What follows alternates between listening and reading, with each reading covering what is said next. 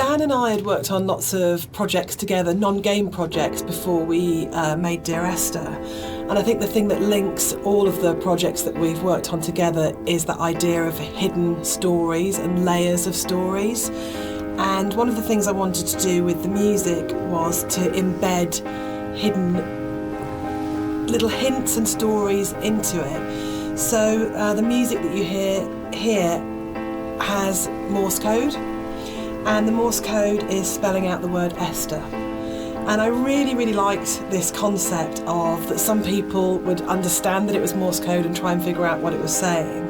It also provided a really interesting rhythmical dynamic. And yeah, it's just about these ideas of hidden stories and layers, but it also starts to emphasise the obsessional nature, I think, of the story in Dear Esther, and his agitation and actually slight panic. So you're getting this rhythm that just repeats and repeats and repeats obsessively. So I think even if you don't understand that it's saying Esther, and even if you don't understand that it's Morse code, you're still getting this feeling of this obsessional repetition and slight panic that he has. And again, it's kind of it's the new chapter, and it's spelling out that something has changed at this point.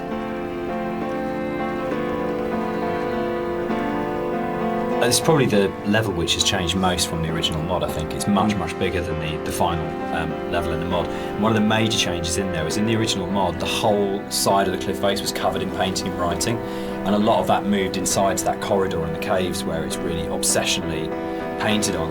And it was really, we spent so long on that because we were trying to get it looking right, because it's one of those really interesting examples where I loved the image and the idea that you've got this guy painting the entire side of a mountain with words and symbols and things. But it was really interesting, when it went into the rebuild, it just never worked. And I think it was because the environment was so crude in the mod that those symbols and that painting became the focus of the level, and it changed the feeling of the level completely, when actually that just wasn't something we could realise in any way, that not even technically, but just didn't artistically look and feel right. And I think probably sort of retrospectively looking back on it, that's about the sort of the sophistication and the subtlety that then came into the art, rather than just being, this is literally just a canvas that we write words on, to actually the environment telling its own story without the story being literally painted on it. Yeah, it was very difficult when we were experimenting with that to kind of like make it not completely unreal. Like, I think for me it was kind of, I wanted to kind of bring the player a little bit back into reality after the caves, and I think with having those symbols everywhere, it was kind of pushing them out a little bit. So I think what we came to with the kind of compromise we had, it was kind of a nice in between. Yeah, it didn't feel like a compromise to me. It felt like, no, it felt like it didn't work, but it kind of, but those symbols were coded. Like there's the hill in the background when you're standing right at the end of the boat and you look back, and you suddenly realise that the shape of the mountain is the shape of a woman lying on her side asleep. And that, I remember seeing it for the first time around and going, it's saying the same things, but it's saying it in a much, much, much subtler way than in the initial layer. But it was definitely challenging going back to how do you have a deep, complicated, subtle art style, but still manage to have something which is very sort of stark and symbolic laid over the top. It was much more challenging.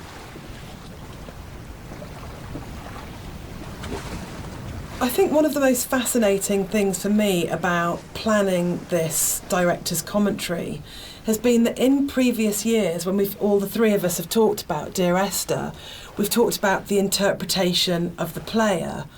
But actually going through this together, post having made it, we're still surprising each other. Yeah, and I think that's really, really interesting for me, because it shows that we left interpretation for each other, and that we trusted each other actually just to get on with it. And because we each brought our own special and unique contribution to the game, we didn't have to, in a way, talk it to death or say, you have to justify every idea you have or talk it to death or explain it. That Rob's idea that the island is very tainted and corrupt, and my idea that Dan didn't know that the whole level of the caves is a birth metaphor. I think it's really amazing that we're still finding out things about the game that we didn't know. I think it was nice when I came onto it, because Dan was basically like, he gave me a bunch of materials, but he left me to my own devices for a lot of it, and we kind of like I'd finish the level and Dan would play it and give me some feedback, but he was very kind of like hands off at the beginning, which was really nice, kind of. So a lot of my interpretations just came through that downtime where I was just kind of like going off and doing my own thing, and so yeah, it's like interesting to hear Dan talk about it sometimes, because there's some backstory that I've never even considered before. And obviously hearing Jess talk about it as well is really interesting, especially when it comes to the soundtrack. It makes me look at things in a very different way. So yeah, it's really interesting. I think for me, like, making games is so inherently collaborative, and you have people coming together with different ideas and different takes on things. And in a way, the least interesting thing you can do with that is to structure it all so heavily that there's no space for each individual person to bring what they're thinking to it. And I think the best games, well, for me, my favourite games are ones where you can really feel the personal footprint of each individual developer and aspects of it, and it feels like it has been a genuinely collaborative exercise where everybody has thrown ideas into the mix and everybody is bringing something to the table rather than people are just following a kind of a really structured plan. So yeah, I think it probably is one of the reasons why Esther has had the sort of life it's had since release, is because there's 4 people if you include Nigel, all bringing very different things to it, and it gives it a huge amount of depth for something that's so simple on the surface.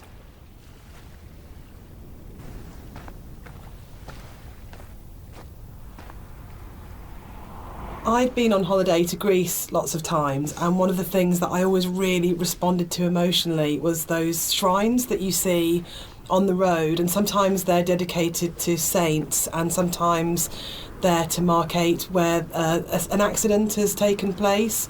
So you'll get photos of the deceased person and flowers and candles, and it always really touched me. And so I said to Rob, I think it would be amazing to get these into the game somehow, and then Rob took that idea and ran with it, and I think they're so successful and they're so beautiful and they're really moving. And I think it's because you had this elemental scale, you have the island and it's huge and you have that scale, and all of a sudden you come around this corner and it's absolutely brought back to the human scale again and to that relationship of the individual. And I think the other thing that it does really successfully is it's a kind of magic realism, because there's no way that you could have all those amounts of candles lighting your way. Who's lit them? The island is empty. Who's put those shrines there? But I just think it's a really lovely bit of environmental storytelling, actually.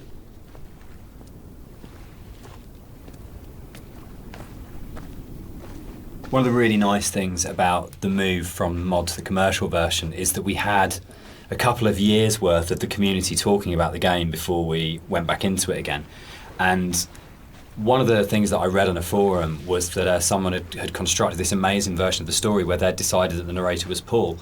And I hadn't thought of that. It was never part of the original writing. And I thought, that's so amazing that as a writer, your audience can find something in what you're doing that you hadn't thought of. So it was really important when we went back in to record the additional set of voiceovers.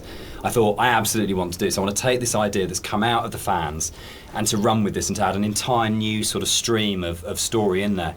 So we added in a couple of cues within the force level that intimated much more strongly that actually Paul wasn't this other character who caused the accident, but actually you were responsible for everything.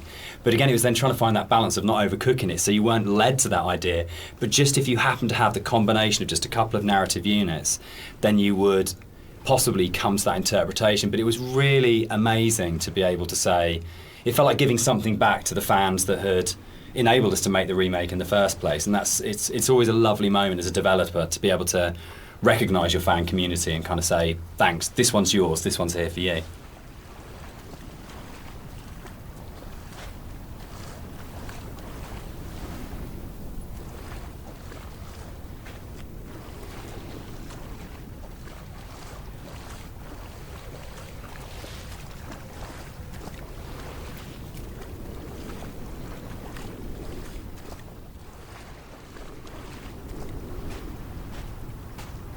what's fascinating to me, Dan, is that you're an atheist, but each of the 3 games that we've made are so strongly about religion, either the language or taking allegories and stories. Why are you so drawn to it? I think I'm really interested in people and the stories that make up people. And I think there is like in the Bible, like most kind of religious texts, it's not about what it is, it's about what is behind what it is, and that's what you're really getting to, is the idea of the sort of the parable or the metaphor. And it really felt like, particularly with Paul on the road to Damascus, is a story that many people know and we can understand, and it's about redemption and consequence and guilt and transformation and who you really are and what that means. And it felt like just a really strong, powerful way of making it very accessible, the narrator's kind of inner turmoil, in a kind of a story that we know really well. And there's a universality to those kind of questions that, whether it's, Christianity, whether it's Islam, whether it's kind of Buddhism, that they're asking very broadly similar questions. What does it mean to be human? What does it mean to be a good person? How should we behave to each other? How should we feel about the world we're in? And it's a really powerful way of speaking to a lot of people. I think that's what's been really important as well, is that it's about saying, no matter who you are or what your kind of like outlook on life is, whether that's faith-based or secular, that we are all effectively asking the same questions. And that's why I think all our games kind of tend to be around those questions.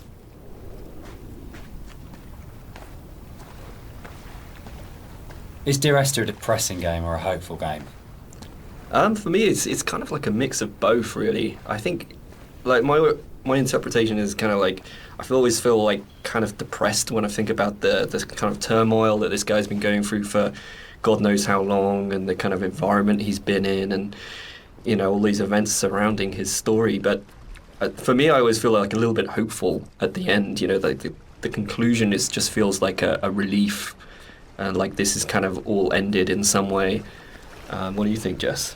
I think it's a game about acceptance, and I really like that. And I think it's telling that a lot of people with mental health issues have responded really positively to the game, and we get a lot of emails and letters from those people saying that it's helped them through a really difficult time.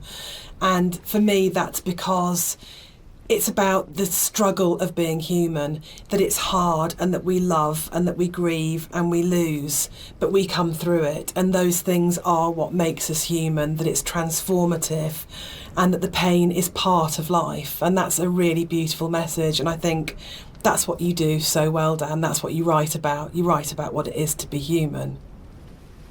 So, Dan, you wrote it. Without wanting to cop out, one of the things about writing it that I really wanted to do was to make something that people could take and could own, and it would be their take on it. And their interpretation of it mattered in a way that mine didn't. My job was to give them the architecture to interpret in their way. So I think that is a cop-out. I do. I think as a writer you always have. Yeah, I think it's redemptive. But I don't think the redemption is as cut and dried as it's all okay at the end. It's not okay at the end. But there is a release, there's an escape, that bad times will happen, but they will end. And they won't always end positively, but they will end. And that's I think, the redemption of it, of saying that this too shall pass. This too shall pass. Which my mum always says, and I think that's probably the motto of the Chinese room, actually, absolutely. Isn't it? Like, I don't think it's as kind of openly positive as, say, Rapture had a much more strongly positive end. I don't think Esther has. I think it's much greyer than that. But I think fundamentally it's about coming to terms.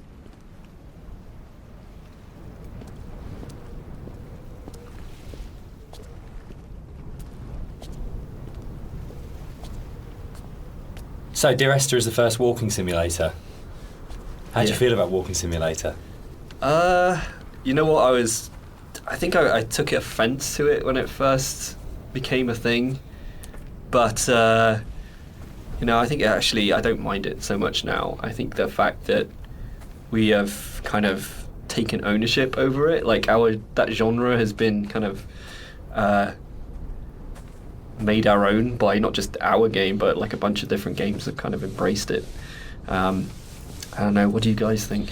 I'm still really confused about the need to categorise in games, probably more than any other creative industry, and I think it shows that games have a long way to come in terms of how we describe an experience. So I do agree with Rob that it's really positive that we reclaimed walking simulator, but I still find it reductive, possibly, as a term. What about you, Dan? I think for me, it's people want to know what they're buying and what they're getting into, and I think it's so people understand what a walking simulator is now in a way that if it was like first-person adventure or slow-moving, not very interactive, story-driven games, they're all sort of really very fluffy. But I think if you buy a game and someone says it's a walking simulator now, you've got a pretty good idea what you're getting. And there's been, there's Gone Home, Firewatch, Stanley Parable. There's so many other really good titles that kind of fall within that group of games out there now that it does have an identity, and I think that's the really good thing about it. I mean, when Esther came out, there was literally nothing. We had no idea how we described it or what we called it. We actually struggled with that quite a lot when it came to and sort of ended up being sort of like a ghost story because it felt like it was the closest thing we could get. But it feels like now you can make a game like this and you can say it's a walking simulator, and people will know what it is straight away. Yeah, I think that's the nice thing is there's a whole group of games out there now that quite comfortably put themselves into that category. And so it's like if we were to come out before and just said it's a walking simulator, people would have been like, well, that sounds terribly boring. That doesn't. Why the hell would I play that? But now people kind of are a little bit. Seek them out. Yeah, now people are kind of familiar with what that means. The people out there who actually seek this sort of stuff out, and it's kind of really cool. I mean, me myself, I would actually do that, use that as a term to search. But yeah, I mean, it's a very simplified term for what our game is, and there's obviously a lot more to it than walking. But I think when you look at other genres, they're also kind of very simplified. First-person shooter, role-playing game. It's to me it doesn't seem as bad as any of those other things.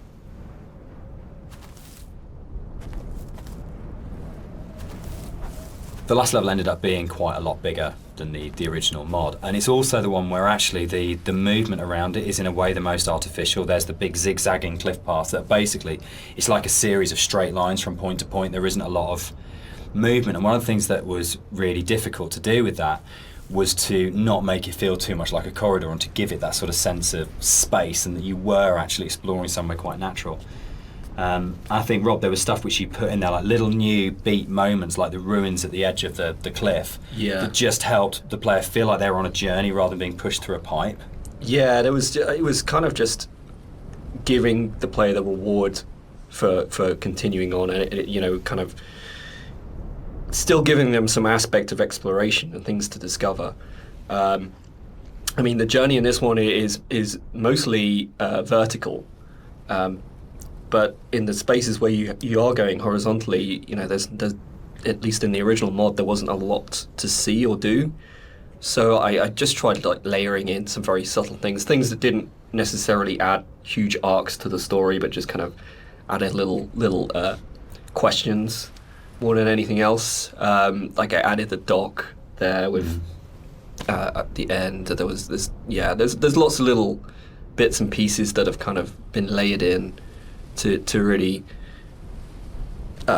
just make it a lot more of an interesting place despite the size.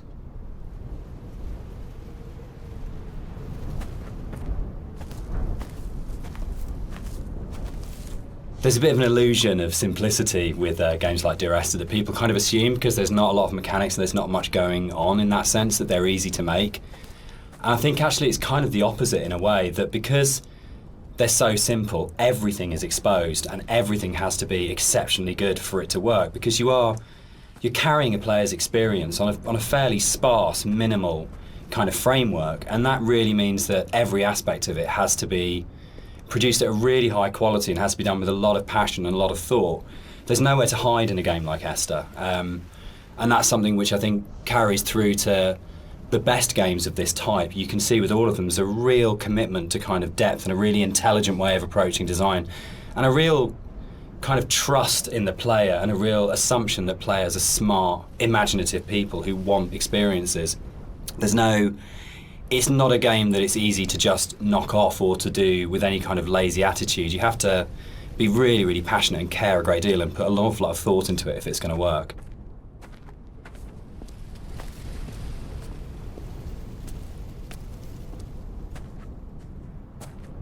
One of the things that I think was added more frequently in the final version of Dear Esther was the inclusion of a number of ghosts in the game. These are not like ghosts that you'd see in a normal horror game. They're just very loose silhouettes that you'll see around the island, usually like quite a distance off, or just kind of somewhere that you'd barely see it out the corner of your eye. I think this is a good example of where it's kind of really in your face. And these are kind of just something that we put in to kind of not just bring some unreal elements to the island, but something supernatural as well, something that's kind of beyond this world, something kind of unsettling. And yeah, we've a lot of effort's been put in to make these things very subtle. I didn't really want them to be like, I didn't want it to be a ghost story, so to speak, but I just kind of wanted to bring some of this supernatural element into the game, and this area is probably one of the most prominent because you can see it just before you go down into the gully here, and I think it's really one of my favourite scenes just because of it being so spooky, so unreal, and so interesting.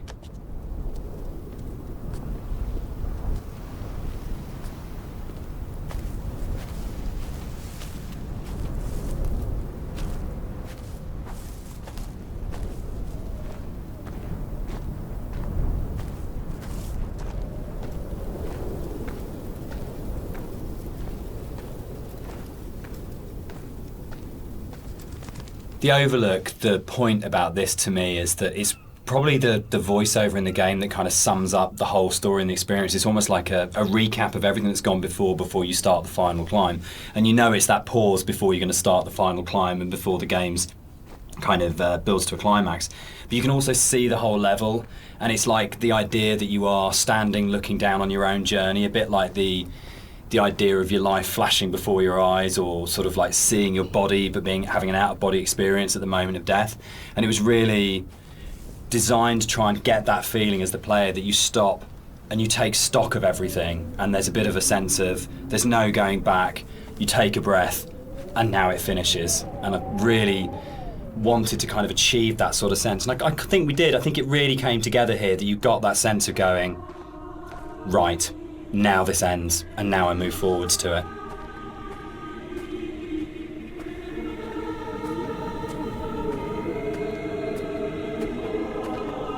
So here it kind of, the environment becomes a little bit more surreal again.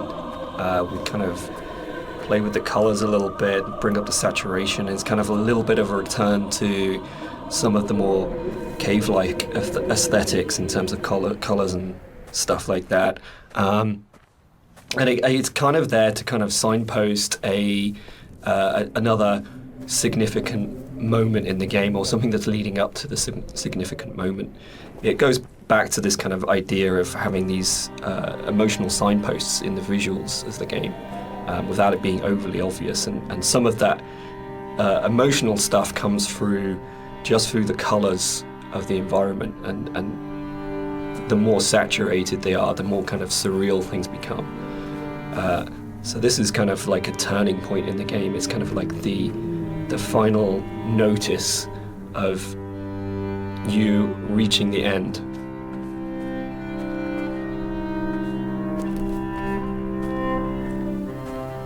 The music that's playing here is a repeat of another cue, and originally we hear it played on the piano, and the string quartet take on the piece here. And it's one of those really nice instances where we were in the studio and I had this idea of how it was going to sound, and I thought it was going to be quite full and rich and, yeah, full-bodied. And then one of the string players said to me, this is wrong, actually, for what we're playing. And they said, let's strip out all the vibrato, let's play it in a really Scottish, plain style. And it absolutely transformed that piece, and it's one of the really special things about being a composer, is that you get to collaborate with people who come fresh to it. So you have this preconceived idea of how it should be, and then they say, no, why don't we turn it around and think about it like this?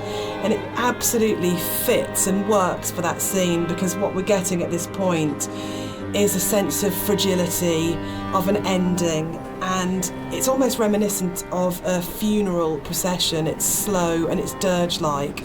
But yeah, it was just a lovely moment where they gave something of themselves, and that's what's amazing about working with live instrumentalists. You're never going to get that from a sample.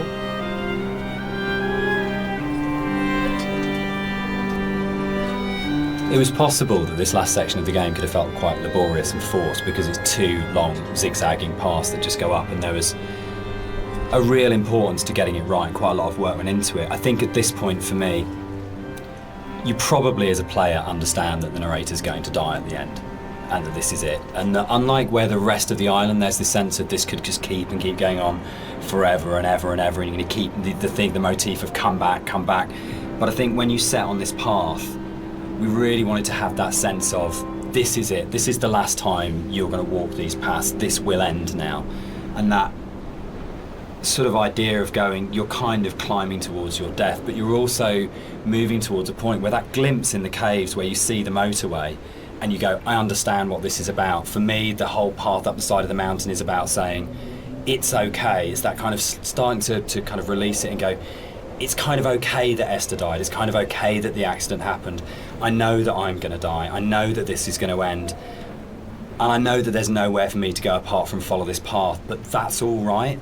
And it was very sort of hard to kind of try and find that subtle mix between the dread of it and the acceptance. It's where the positive and the negative and the kind of the loss and the redemption really start colliding for me.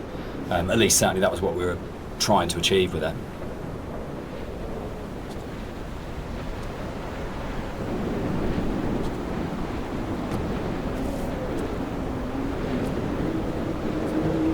With the climb being quite a poignant moment of the game overall and of the story, it was quite a difficult task to try and make that climb still interesting and not too laborious, because it's kind of this zigzag up there with nothing really. There's no real environment. You just kind of have the sea on one side and the cliff face on the other.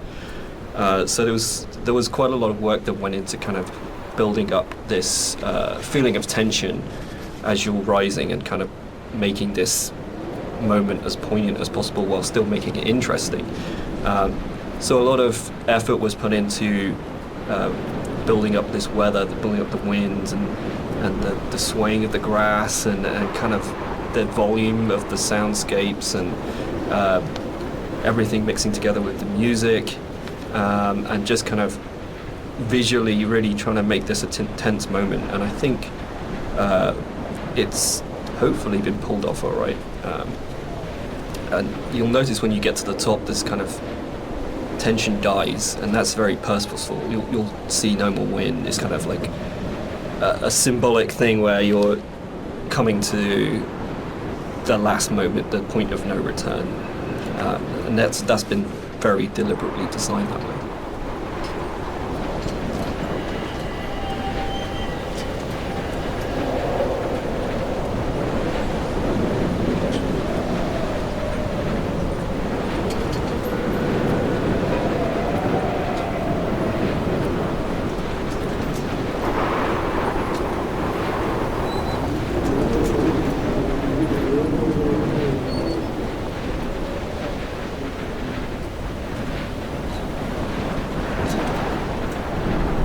We had a lot of debates, didn't we, about the ending of the game and whether the player should retain control or whether it was okay to go to a cutscene at this point.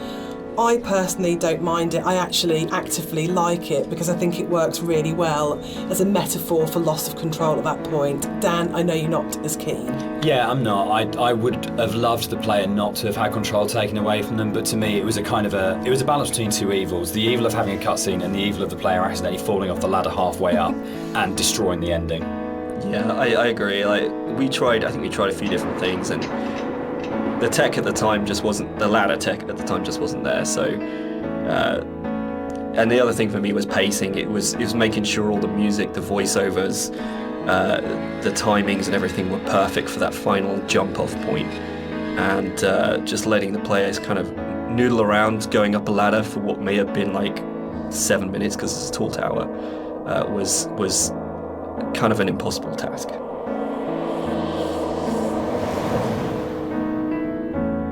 One of the things that I enjoyed the most on working on Dear Esther was Rob's beautiful visuals were so inspiring, but Dan's words are always so amazing to write to. I think that's where we start as a partnership. And the music at the end was so easy to write because that last voiceover is the pinnacle of the writing to me, as it should be, because it's the last VO, so you would have failed if it wasn't good, but it is just so beautiful and moving. And for me, talking about whether it's a hopeful ending, the music is really hopeful at this point, and it signifies to me transformation, freedom, escape, acceptance. Yeah, and it was just a beautiful cue to write, actually. I don't know, I can't remember quite where it came from in the mod, but the moment when we went, or we could put the bird in there and you could see the bird's shadow, and actually it turned from being kind of like a straightforward literal suicide into a metaphorical, or to my mind, kind of like, I always really believed the narrator did turn into a bird just before they hit the ground, and that was really important. I think it's probably the strongest ending in any of our games so far. But yeah, I'm very proud of the way everything came together in that last section. Yeah, I think it's the bird thing is particularly interesting because I think it was in the original mod, but the timings and everything were just all off, and you never really saw the seagull. Yeah, at least the shadow as well. It was all kind of like a little bit broken. And I remember when we went back in, I made a real effort to try and get that shadow just out of the center of the view, so you kind of have this hint of something happening, and I think you can hear the sound of a seagull flapping its wings. It's like very subtle, but like I say, I kind of really like the way that came together. It kind of it's very like say it's kind of like a release, but at the same time there's still this kind of ambiguity there that's kind of beautiful. And I'm really proud that I got the monitor in at the end for ending of, it goes into the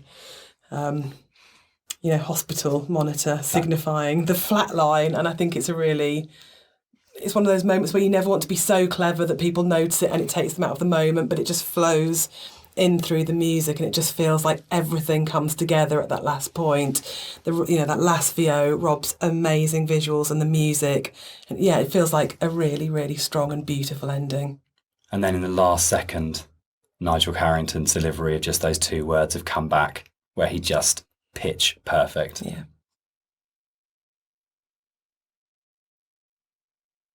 So that's the end of the director's commentary. We'd just like to say a big thank you to everyone for listening. We hope you've uncovered some secrets and some facts that you didn't know about the game before.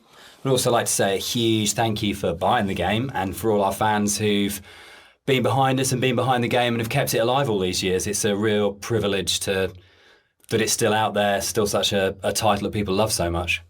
Yeah, and we're really looking forward to the future and what we can create coming up next. Thanks for listening. Cheers. Bye.